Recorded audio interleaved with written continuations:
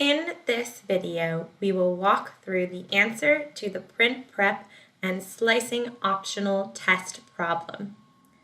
So it began with a starter file that you downloaded that had the first three sections, the starting geometry, where I just created 3 of the geometry that we'll use for placing and slicing.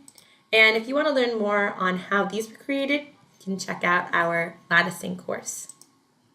Then I have our geometry to place on build, so that gear, lattice bracket, and bracket are all in one implicit body list that we'll use for our 2D nesting with our requirements here. And we have our torus as well, which we will use our orient object to place on the build plane.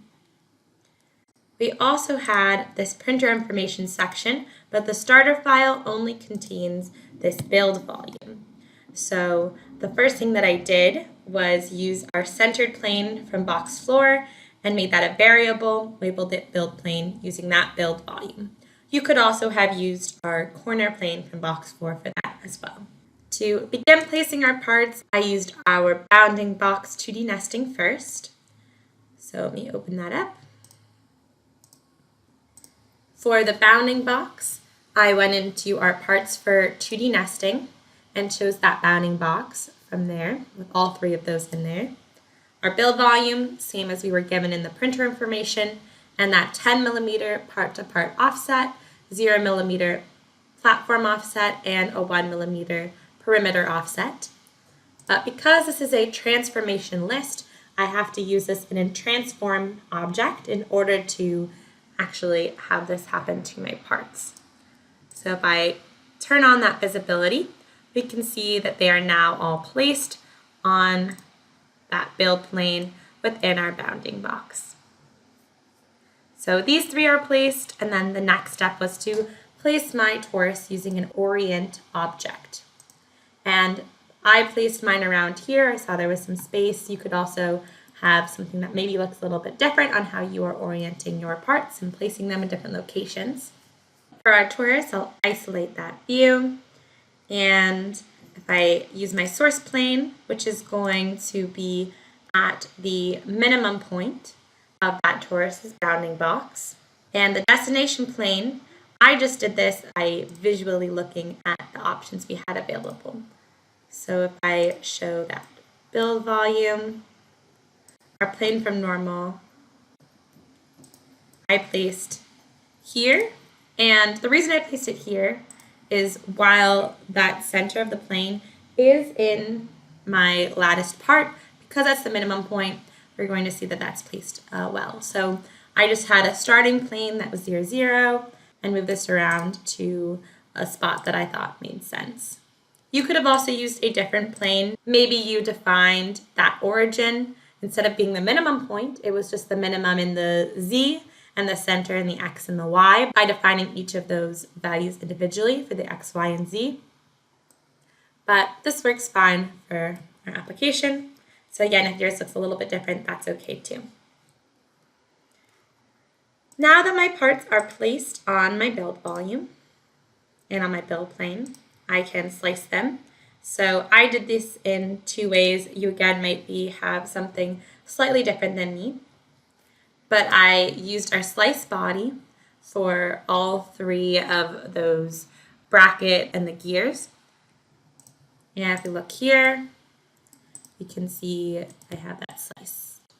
Now something to note is I have my frame used, which was an optional input. If we look at our slice body, I double-clicked to add that frame. And the reason I have the frame is if we do this at the origin of 0, 0, 0, we can see I have some noise at the top of my part. And the reason for this is that when some slice planes coincide exactly with the horizontal surfaces of a part, you will get this type of noise. And we can see this pretty clearly if we turn on those 3 parts. We can see that that's about right at that horizontal surface, and so it has some issues with that. So one thing that you can do is choose the centroid of your part as that frame if you're using this one part, and usually that will be fine. Another option that we can do too, and this is what I'm doing in this option, especially because I have multiple different parts, is I added that frame and I just moved this up to 0.5 millimeters in that Z direction. And the reason for this, and I have this in our note as well too, is that we're doing half of our layer height, and by doing that while it was hitting it originally, now because it's half of that layer height, we're going to get something that's nice and clean and it won't hit that portion. So something to think about also when you are creating these designs. If you're getting that kind of noise, you might need to change that frame. Also, you might want to have for instance, you might have a different layer height, different feature size when you would actually be printing these. But I just kept with those to make this relatively quick to run. So that's our slice body. And then I also used our slice on build plane to create our torus. Same feature size, same layer height, and I just place in that build plane in this example.